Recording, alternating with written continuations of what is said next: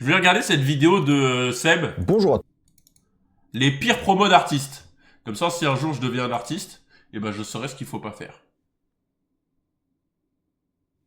tous, j'espère que vous allez bien. La musique est un art, mais aussi une industrie. Parce que oui, il faut bien vendre sa musique. Et le but de la promotion va être justement de maximiser la visibilité et l'attractivité d'un projet pour au final faire augmenter les ventes et aujourd'hui les streams. Tu as joué à Fortnite pour Lego faire ce une soir bonne avec le promo, il faut monde? déjà Je sais un bon pas, projet peut-être. et une bonne idée. Et bien aujourd'hui, on va voir ensemble que la bonne idée... J'espère qu'il va mettre des rappeurs français. Contre toi, surtout quand il s'avère qu'au final, c'est pas du tout une bonne idée. Voici les pires promos d'artistes. Bah, je sais qui elle. Les gars, vous savez que je sais pas, je connais pas deux Beatles ou pas? Genre là, vous me dites, dis des Beatles ou meurs, bah je meurs. Je crois Paul McCartney. Paul McCartney, c'est un Beatles. Voilà, c'est tout.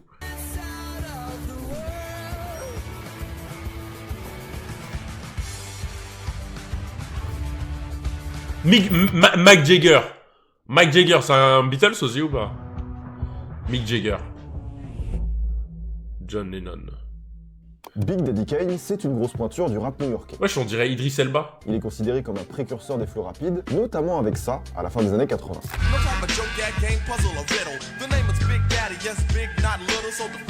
Dans les années 90, Kane va partir en tournée avec un jeune rookie qui s'appelle Jay-Z.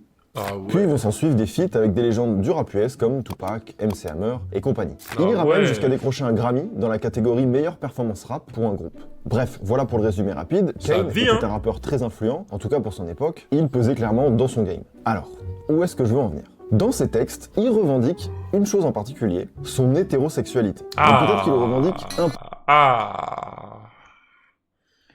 Aïe, aïe, aïe, aïe, aïe. Aïe, aïe, il se la prenait dans les fesses, c'est ça? Peu trop. Tout du moins, c'est ce que lui reproche une partie des fans de l'époque. Il aimait abuser du côté sexy, et certains le considéraient comme un Marvin Gaye, avec des textes très orientés sur le sexe et aussi le sexe, ce qui a fini par saouler une partie des auditeurs. Dans un de ses sons, Pimping Ain't Easy, il ira même jusqu'à tacler les homosexuels gratuitement, comme si ça le rendait plus viril, j'imagine. The Big Daddy law is anti-faggot. That means no homosexuality. What's in my pants will make you see reality. And if you wanna see a smooth black Casanova, bend over. Alors, on garde cette phase homophobe en tête, elle va avoir une importance pour la suite. Au début des années 90, Kane est donc sur une méga lancée. Il est l'un des meilleurs MC de sa génération, il a déjà 2 albums certifiés or, tout ça, et là il cherche un moyen pour faire la promotion de son nouvel album, Taste of Chocolate. Et dans cet album, on peut lire dans les petites notes... Seb, il parle comme si on n'avait pas une vidéo de lui qui dit « Oh, ça va, il était jeune !» La pochette, qu'il se considère comme un mec trop beau et que l'un de ses objectifs est maintenant de devenir un artiste sexy. Lui, il veut que prouver, il veut être le baiser né. C'est son objectif de vie aujourd'hui. Mais il veut pas faire une promo classique, TV, radio, etc. Kane, il a une idée bien précise. Il veut apparaître dans un magazine érotique destiné aux femmes, histoire d'être à fond dans son personnage, mec viril, qui fait que baiser, que ça baisse, tout ça. Oh yeah. Ok, je comprends ce qu'il veut faire, on voit à peu près, on a l'idée. Alors cette idée, elle lui vient d'où? Elle lui vient évidemment du magazine Playboy, voilà, qui cartonnait dans les années 90. Ce magazine présente uniquement des femmes. Du coup, selon sa logique, il est lu uniquement par des hommes. Et c'est hors de question pour lui de faire un truc avec Playboy, parce que ça collerait pas du tout avec son image. Puis en plus, c'est des mecs qui achètent ça, bref. Il est homophobe et ça, vous l'avez compris. Du coup, la bonne idée qu'il va avoir, c'est de contacter Playgirl, qui font tout l'inverse avec des modèles masculins. Donc Kane, il est déterminé, etc. Mais du coup, c'est encore pire. Parce que ceux qui achètent, c'est pas des meufs, c'est des gars, frère. Ah, il va donc pour poser dans le magazine, il apparaît chaussettes avec petit peignoir, boîte de chocolat, histoire de faire un rappel avec son album Taste of Chocolate. Et pour lui, c'était clair, si Playboy, ça cartonne chez les mecs, Playgirl, ça doit cartonner chez les meufs. Son objectif était d'augmenter sa popularité et d'établir une relation plus étroite avec ses fans féminines. Dommage pour lui, personne ne lui a expliqué que Playgirl, c'est majoritairement lu par la communauté homosexuel, les gens qui l'aiment pas. On a donc un Big Daddy Kane, cliché du mec qui se revendique partout à être hétéro. Il en fait son drapeau, son slogan, il en fait son fond de commerce avec des propos même homophobes pour appuyer son statut, qui pose en couverture d'un magazine gay sans faire exprès. Eh bien ça, c'est typiquement ce que j'appelle une promo ratée. Ah ouais. Pas mal, hein. C'est juste son pire cauchemar. Terrifiant de faire des photos comme ça. Hein. Même les photos, elles sont gays, frère. Je vous jure, une photo comme ça, c'est... On dit... Frère, c'est... Les nudes comme ça, là, c'est aux meufs de faire ça, les nudes miroirs et tout. Laisse ça aux femmes. C'est un ouf de faire des trucs comme ça. qui se réalise pour lui. On dira de notre côté que c'est simplement le karma. Wesh, il est fou, Dofla.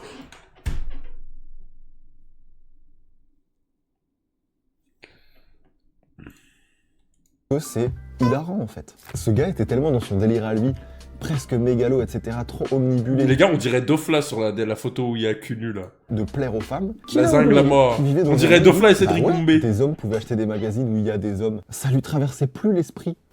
C'est du karma. La promo est donc désastreuse pour lui, son public ne comprend pas pourquoi il pose dans un magazine lu en partie par la communauté homosexuelle, alors que je vous le rappelle, c'est un mec qui dit ça à la base. The Big Daddy law is anti-faggot. That means no homosexuality. Non mais c'est... Genre en plus, il explique, genre. Il explique. Il dit, on est anti-homosexuel, alors je vous explique, ça veut dire sans homosexuel en fait. Et son album Taste of Chocolate est devenu le premier disque de sa carrière à ne pas atteindre de certif. Alors, j'ai pas trouvé d'interview ou truc où il revient sur cet épisode de sa carrière, et en même temps, on peut deviner pourquoi. Alors, l'histoire ne dit pas s'il a percé dans la communauté homosexuelle, mais ce que je retiens, c'est que si vous lancez une promo, entourez-vous de gens pour vous conseiller un petit peu quand même. Vous pouvez faire vos trucs vous-même, etc., avoir votre délire, machin, Non, les poser des photos, questions c'est autour de dinguerie. vous. Vous pouvez très vite passer pour un con. Même Surtout Booba, il qu'après a pas ça, osé. Il a essayé, comme il pouvait, de rattraper cette image. Donc il a posé dans le sexbook de Madonna, avec Naomi Campbell, mais ça ne suffira pas à éteindre cet épisode de sa vie.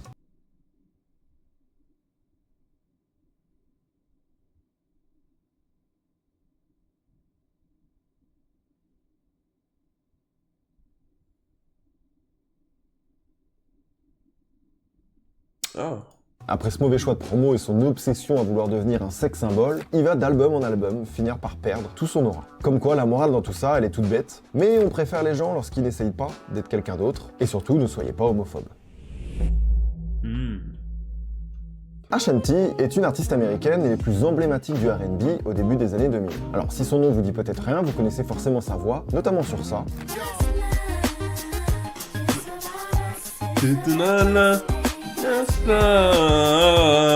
To do, got to do. Ou encore ça. Oh, ok. Mama. Elle a squatté les top 10 des charts US pendant près de 5 ans, mais après la sortie de son album Collectable by Ashanti en 2005, les ventes s'effondrent. Pendant près de 3 ans, on n'entend plus parler d'Ashanti, jusqu'en 2008 où elle revient avec un single. Et ce single, à la surprise de tout le monde, va très bien marcher.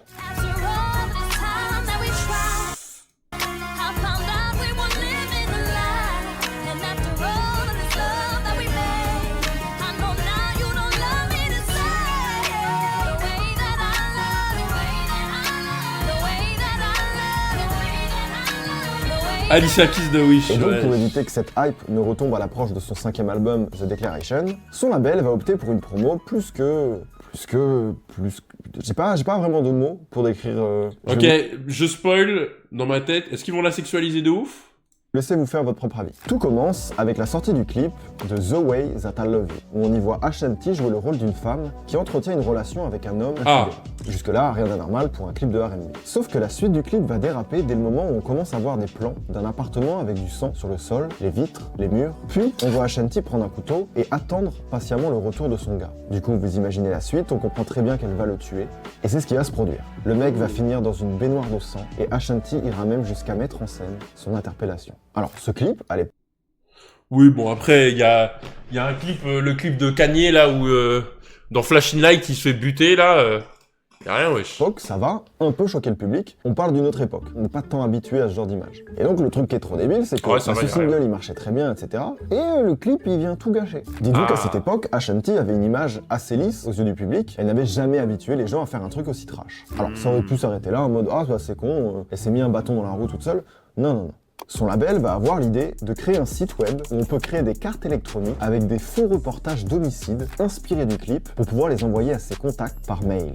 Par exemple, tu arrives sur le site, tu rentres ton nom, le nom de ton ami, en l'occurrence ton ennemi. Ensuite, tu avais des propositions de mobiles comme « infidèle, s'est moqué de vous, vous a brisé le cœur ». Et après, tu avais des propositions d'armes, genre couteau, marteau ou encore rouleau à pâtisserie. Et une fois que tu avais rentré toutes tes informations, etc., le site te créait une fausse vidéo dans le style des reportages télé de l'époque. Genre comme si c'était une annonce sur une chaîne d'info où on pouvait y voir... J'ai vu sur TikTok, ça faisait ça. Genre, il y a des mecs qui prankaient leur daron. Ils mettaient la tête de leur petit frère, je suis mort. de la fausse victime écrit sur un mur avec du sang, une fausse page de journal avec les armes utilisées, etc., etc. Donc voilà, une idée marketing glauque. Et naïvement, c'est un truc qui a été fait à une époque où on pouvait pas imaginer que donner ça à Internet, ça pouvait vite partir en couille. Là où aujourd'hui, on comprend direct pourquoi c'est une mauvaise idée. À la fin de cette vidéo, on peut y entendre une voix disant « Ashanti et Universal Music Group n'encouragent ni ne tolèrent la violence d'aucune sorte. Ceci est uniquement à des fins de parodie. » Eh ben oui, merci pour le disclaimer, mais non. Cette idée, c'est juste non.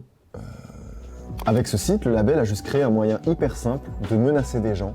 Et malheureusement, beaucoup de personnes vont s'en servir pour menacer leur ex, simuler leur propre mort pour chercher à créer de la culpabilité. Certains s'en sont carrément servis pour intimider des communautés entières avec des messages à caractère raciste. Wesh, Black Children Will Die, wesh. C'était une belle idée de merde. Pour que vous compreniez bien, dites-vous qu'à l'époque, c'est tellement pas simple de faire un montage crédible. C'est une époque ultra naïve où tu bernes facilement les gens. Tout est très crédible vite. Donc pour l'époque, même si là vous voyez juste un truc en mode chiant, c'est crédible pour 90% des gens. En plus de ça, Ashanti elle a un public très jeune de base, et voir ton artiste préféré banaliser la violence pour résoudre des problèmes de relations, ça va clairement pas plaire aux parents. Des manifestations vont avoir lieu devant les bureaux d'Universal, Motown, à Los Angeles et à New York pour que le site disparaisse, ainsi que la promotion de l'album s'arrête. Les opposants à cette promotion vont menacer de pourrir la performance de Ashanti lors d'un match de finale de NBA, et c'est seulement à partir de ce moment-là que le label va accepter de supprimer le site et de présenter ses excuses. À la suite de discussions avec Ashanti, nous avons conjointement décidé de supprimer le site web thewaysthatIloveyou.com. Ashanti et sa musique ont toujours été axés sur l'autonomisation et la résolution des problèmes qui lui tiennent le plus à cœur. Nous soutenons notre artiste et ses choix créatifs. Ashanti s'est exprimé sur en mode c'est elle qui a eu l'idée. Cette histoire, et son interview est plus que bizarre. Elle présente encore aujourd'hui cette idée comme un truc cool, elle a pas compris pourquoi les gens n'ont pas capté. Pour être même plus précis, elle dit que non, je trouve ça cool comme concept, parce que c'est une alternative à la violence réelle. C'est pas un argument qui va la sauver. Ça reste une idée de merde. If you have a man or a guy that's cheating on you, you can send him a message to say, don't cheat on me. And you fill out his name, you can put your picture, his picture, and you're gonna kind of explain to him that he got caught, you caught him, and this is what you're gonna do to him. Et cette tentative de Prank, qui avait pour but de gonfler les ventes de son prochain album, va faire tout l'inverse. The Declaration ne se vendra pas bien, le label va se dissocier d'Ashanti, et plus grand monde ne va la calculer par la suite. Même après avoir fait des feats avec des rappeurs du moment, comme Rick Ross, French Montana, ou même plus récemment H, c'est juste trop tard. Le mal est fait, et plus aucun de ses projets perso ne refonctionnera. Alors c'est triste, comme histoire, parce qu'au final, la vraie victime de sa promo macabre, c'est sa carrière. Comme quoi, on sous-estime peut-être le pouvoir d'une idée de merde, et comme quoi aussi une carrière, ça tient à pas grand-chose. Justin Bieber et Yummy. Ah oui, Justin Bieber a aussi sa place dans cette vidéo, mais avant de comprendre pourquoi, il faut remettre les choses dans son contexte. Justin Bieber devient une gigastar en 2009, alors qu'il n'a que 14 ans, avec son projet My World, notamment... Maintenant, je l'aime bien, Justin. Carrément, Justin Bieber, maintenant, avant, je voulais avoir ses cheveux, maintenant, c'est lui qui essaye d'avoir mes cheveux, les gars. Regardez. Avant, je voulais avoir ses cheveux, hein. Maintenant, c'est lui qui veut avoir mes cheveux, frère. Bonjour à tous, c'est une story très rapide. Regardez.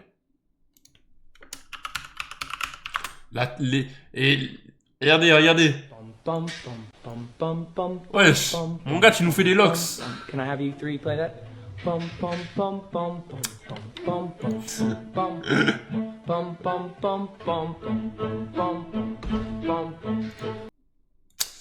Justin.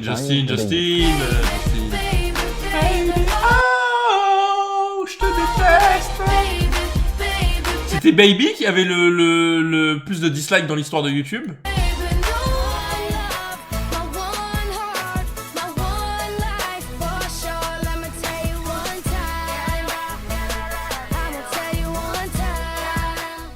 Suite à cet énorme succès, il va continuer à sortir des projets d'année en année, jusqu'en 2015. Puis, en raison de plein de problèmes personnels, il décide de mettre sa carrière entre parenthèses. 5 ans vont passer durant sa petite parenthèse, il a repris le chemin des studios et il va présenter son 5e album, Changes. Et pour promouvoir son album, il lui faut un single efficace, pour le rassurer lui, et rassurer ses fans. Ça fait 5 ans. Parce que oui, dans la musique... Mais Yummy, il a pété le son. Je me souviens, Yummy. Va très vite. Et même s'il a connu d'énormes succès, on n'a pas la certitude que son nouveau projet connaisse le même engouement. C'est une dinguerie comment toutes les petites, elles étaient à fond sur lui. La folie, wesh. Le single en question sortira en janvier 2020 et s'appelle... Montrez pas ça aux youtubeurs qui ont plus d'1 million d'abonnés, je vous le dis. Hein. Yummy.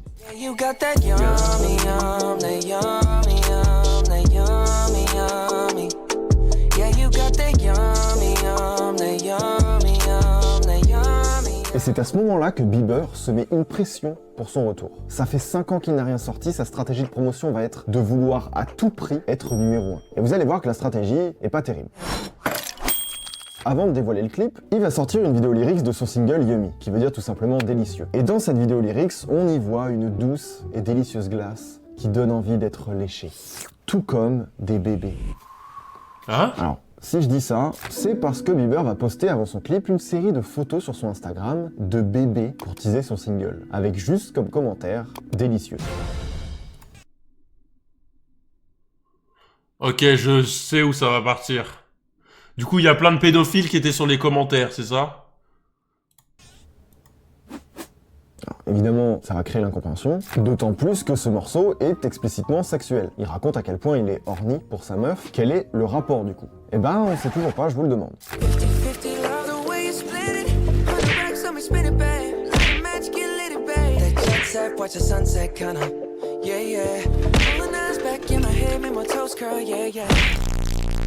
Ça ne s'arrête pas là, il a un plan, qui est le forcing.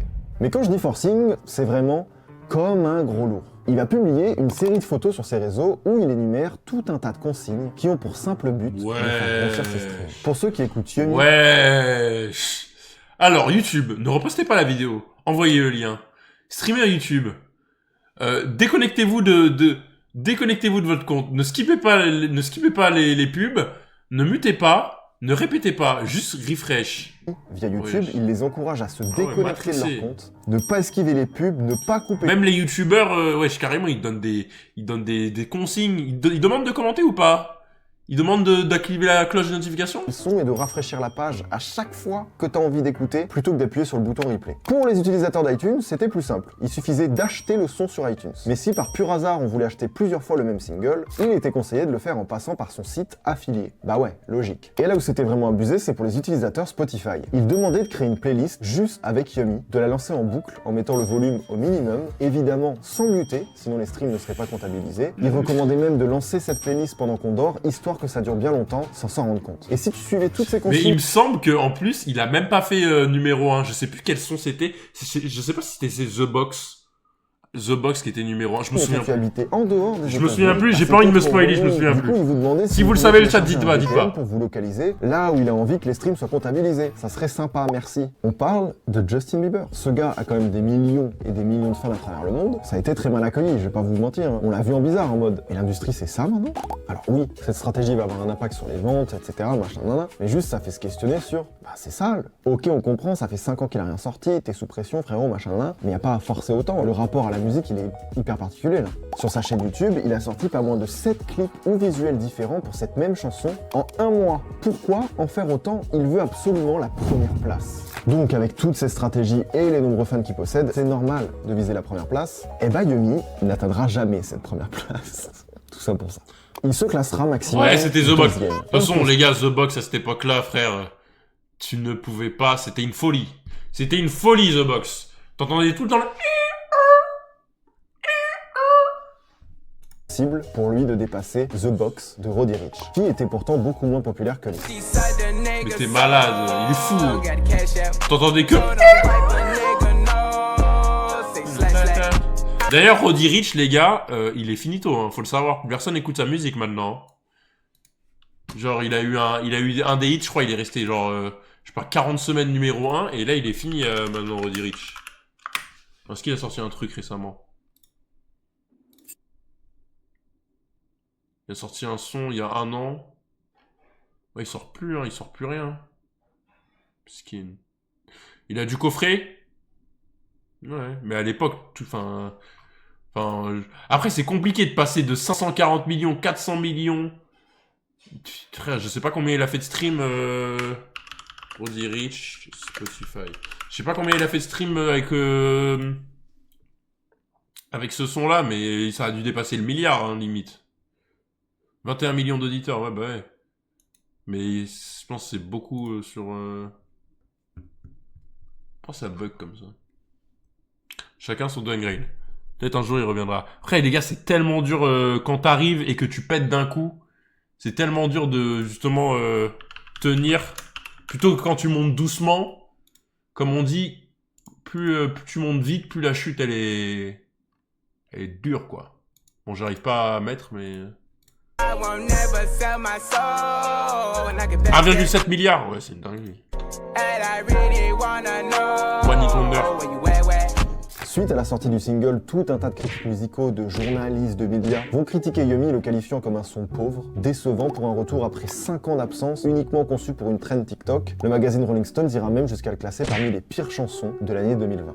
Bon, dans tous les cas, le comeback de Believer aura fonctionné, c'est pas ça qui va éteindre l'artiste que c'est et l'envergure qu'il a, mais par contre ça a montré vraiment un truc à pas faire quoi. Pour le coup, avec tout ça, tout le monde trouvait qu'il méritait sa 2e place. Son album Changes va bien se vendre tout de même, et son public va globalement apprécier son retour, tant mieux pour lui. Alors, il y a eu tout un tas de théories de complots lancées majoritairement par des médias d'extrême droite, liant cette chanson avec des histoires de pédophilie, de trafic d'enfants, etc. C'est inévitable tant cette idée était trop bizarre. Voilà pour l'histoire de la promo de Yummy. Ah ouais. Même si en vrai cette pratique est assez connue et utilisée chez les fans de certains artistes, je pense à la K-pop notamment, mais ça reste assez rare et assez mal vu que cette démarche vienne de l'artiste lui-même. Faites pas ça. Apple et YouTube. Bon, alors vous connaissez sûrement cette histoire, mais si elle n'était pas dans cette petite liste, je sais pas pas. où je l'aurais mis. Si vous aviez iTunes ou un Bonsoir, iPhone en Nocilis. 2014, vous avez forcément eu un album gratuit de YouTube dans votre bibliothèque, et ça sans jamais avoir demandé quoi que ce soit. Akimbo, Eh merci bien, pour ça, le 7e mois. C'était une collaboration entre Apple et le groupe de rock pour promouvoir leur nouvel album. Alors Mais laissez-moi les vous petits. expliquer. Tout commence par la keynote d'Apple en septembre 2014. Tim Cook monte sur scène et présente l'iPhone 6 ainsi que la première Apple Watch. Apple Et pour finir cette Watch. soirée, il invite J'ai demandé Tim ça à Cook Noël, monter les sur gars, scène une pour Apple interpréter Watch. leur nouveau single de l'époque, The Miracle.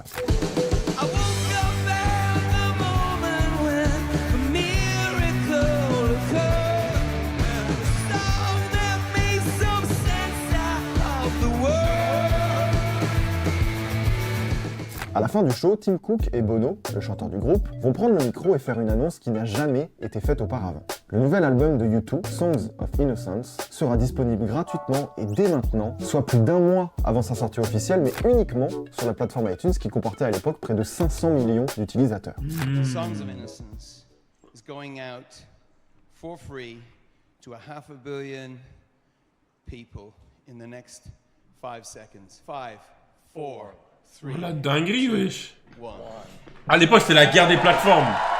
La guerre des plateformes de streaming. Les gars, vous savez qu'à l'époque, moi, quand j'avais Deezer c'était encore devant Spotify. Hein. La première fois où je l'ai eu, genre... À l'époque, Deezer, ça avait du buzz de ouf. Hein. Là, maintenant, ça crache dessus et tout. Ça dit, ouais, Spotify et tout. À l'époque, Deezer, c'était devant tout le monde. Hein. Ouais, les gars, en France. En vrai de vrai, sur le papier, l'idée est tue. C'est-à-dire que Apple, ils ont l'exclusivité pendant 1 mois sur le dernier album d'un des plus grands groupes de rock et va potentiellement amener des nouveaux utilisateurs sur leur plateforme. Pour le tout, c'est très bien aussi. Déjà, selon le New York Times, le groupe aurait touché près de 100 millions de dollars pour ce partenariat, pas dégueu, et il y a probablement 500 millions de personnes qui vont pouvoir écouter leur projet. Donc ouais, sur le papier, c'est pas dégueu. C'est une 100 opération de millions. communication à grande échelle. C'est un pari, quoi. J'aime bien. Et du coup, tout va bien pour tout le monde, où est le problème? Eh bien le problème, c'était que personne ne pouvait se débarrasser de ce foutu album. Tu es, et tu seras obligé de l'écouter ad vitam aeternam. Bon, pour YouTube, c'est bien, voilà, mais surprise, tous les utilisateurs d'iTunes ne sont pas forcément fans du groupe, ou même des auditeurs de rock. À la semaine de sortie, c'est 33 millions de personnes qui écoutent le projet de force. Quand t'es en soirée, que tu lances tes musiques en aléatoire, que tu tombes plusieurs fois sur des sons qui n'ont rien à faire là, This shit way too formal, y'all know I don't follow suit. Stacy Dash, most of these girls ain't got a. I woke up at the moment when the miracle. bah en vrai, il y a de quoi être saoulé. Le problème, c'est qu'Apple va galérer pour trouver une solution et proposer un outil pour permettre de supprimer l'album définitivement. Un journal américain influent, Wired, considérera l'album comme le pire spam de tous les temps. Alors autant vous dire qu'une promo où la presse titre ce genre de choses, bah c'est pas exactement ce qu'on espère d'une promo. Devenir le groupe le plus haï des États-Unis.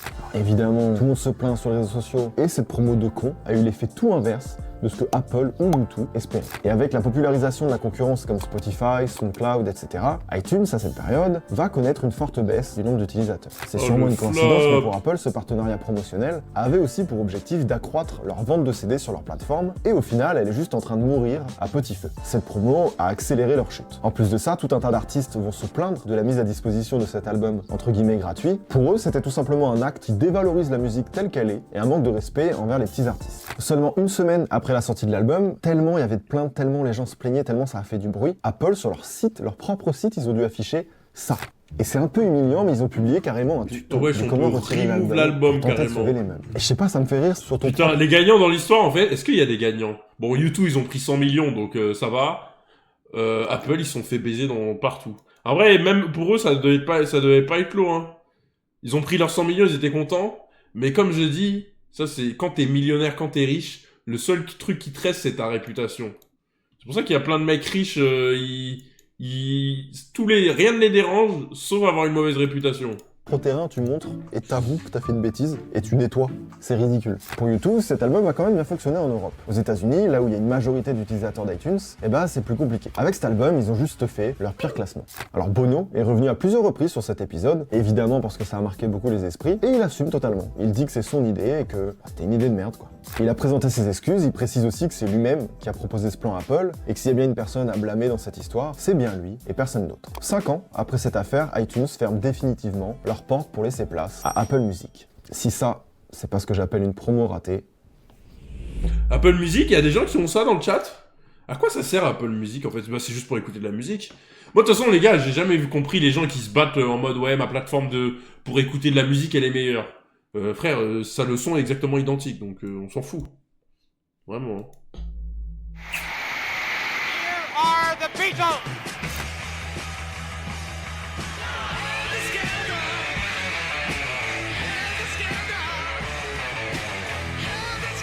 Meilleure qualité. De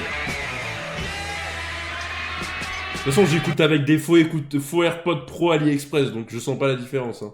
Bon, les Beatles dans les années 60, c'est juste des méga stars. On reviendra peut-être un jour sur leur histoire parce qu'il y a énormément de choses à dire. Mais pour faire bref, ils avaient une image de chanteurs engagés, parfois révolutionnaires mais aussi sensibles et pacifistes. Des millions de personnes en étaient fans, mais pas juste des auditeurs, non, des vrais fanatiques limite prêts à mourir pour eux, c'était un sacré délire. Ils avaient investi leur argent dans la création d'une entreprise, Apple Corp, qui n'a rien à voir avec Apple que vous connaissez. Et cette boîte qu'ils ont créée va se développer dans plusieurs filières. Apple Electronics, Apple Film, Apple Records, Apple Retail, etc., etc., etc. Mais alors pourquoi et comment ils se sont démerdés pour faire une promo catastrophique et pour se retrouver dans cette vidéo? Qu'est-ce qui leur vaut cette place? En août 68, les Beatles vont publier 2 singles dans le but de promouvoir leur prochain album, Album Blanc, ou The Beatles.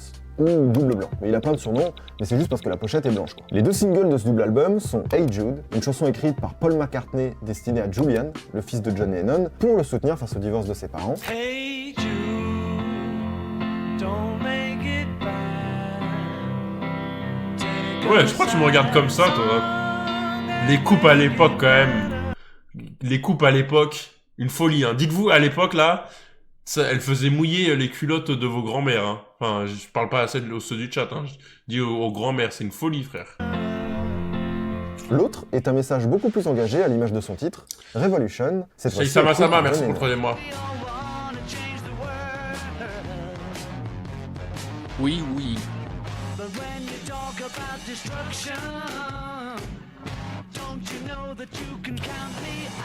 Les coupes de Jeffrey Dahmer.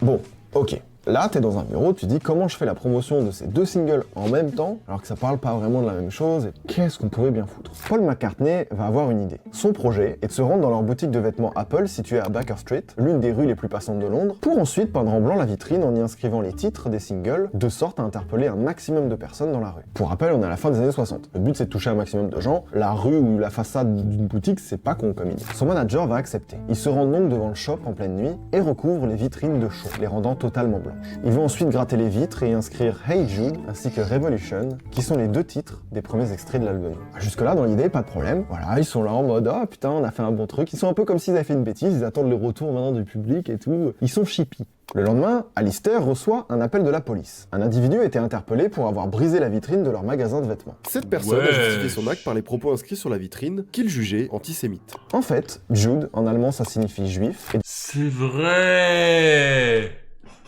Putain, de nombreuses inscriptions de ce type ont été utilisées sur des bâtiments pendant la guerre pour dénoncer les familles juives. Et généralement, comme si ça ne suffisait pas, c'était des graffitis faits à la chaux, tout comme ce qu'ont fait Paul et Alistair. Bon.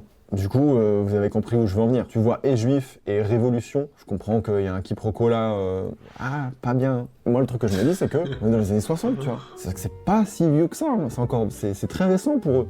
Je sais pas, C'est fou. Ils vont recevoir des dizaines d'appels, des journalistes, des fans qui cherchent à comprendre, mais aussi des menaces de représailles. Bref, ça sentait pas bon du tout pour l'image des Beatles. Ils vont donc répondre aux questions des journalistes, discuter avec les communautés offensées par les inscriptions et justifier leur démarche promotionnelle. Paul McCartney va se retrouver à expliquer qu'à aucun moment, il n'a vu la moindre pensée antisémite et que ces inscriptions correspondaient seulement au titre de leur prochain single et rien d'autre. Et justement, les deux singles vont sortir alors dans la foulée et ça va pas mal aider à calmer les tensions autour de cette promotion totalement foirée. C'était juste un énorme malentendu et en fait, t'es obligé de le justifier. À ce moment-là où ils font ça, le monde entier, il est pas au courant qu'ils ont deux morceaux qui s'appellent Hey Jude et un morceau qui s'appelle Revolution. Tu peux pas le comprendre. Au final, Hey Jude finira par être le 45 tours le plus vendu de la carrière des Beatles. Donc évidemment, et à faire passer le bad buzz, quoi. Bah écoutez, voilà. Alors, j'ai pas pu rassembler toutes les promos de merde qu'il y a eu dans l'histoire parce qu'il y en a... Il y a eu quoi comme promo de merde dans le rap français? Je suis en train de réfléchir. Si on a une qui me passe par la tête, là. Rof. Ah ouais, Rof. Rof le téléphone. Non, ça c'était une dinguerie. Et c'est pas une des promos de musique, c'est une promo Hero Wars.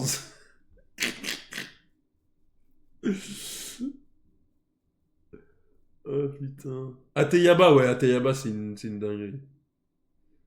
Mais Ateyaba c'est juste parce qu'il est con. La sextape de Niro. What? Dragon Ball The Breaker. Dragon Ball The Breaker, c'était vraiment une promo de ouf. Azox, merci pour le Prime. Si vous avez un Twitch Prime, un tier 1. Un tier 1. Ateyaba, il a fait quoi? Juste, il est devenu... Il était en mode Tweetos. Il était en mode Tweetos, c'est pour ça. Regarde la vidéo de Ken Carson. Non. Oh, je voulais regarder ça, les gars. Date 5 filles selon leur tenue. Putain, pourquoi personne m'a pas dit? Je suis danseuse maman monoparentale.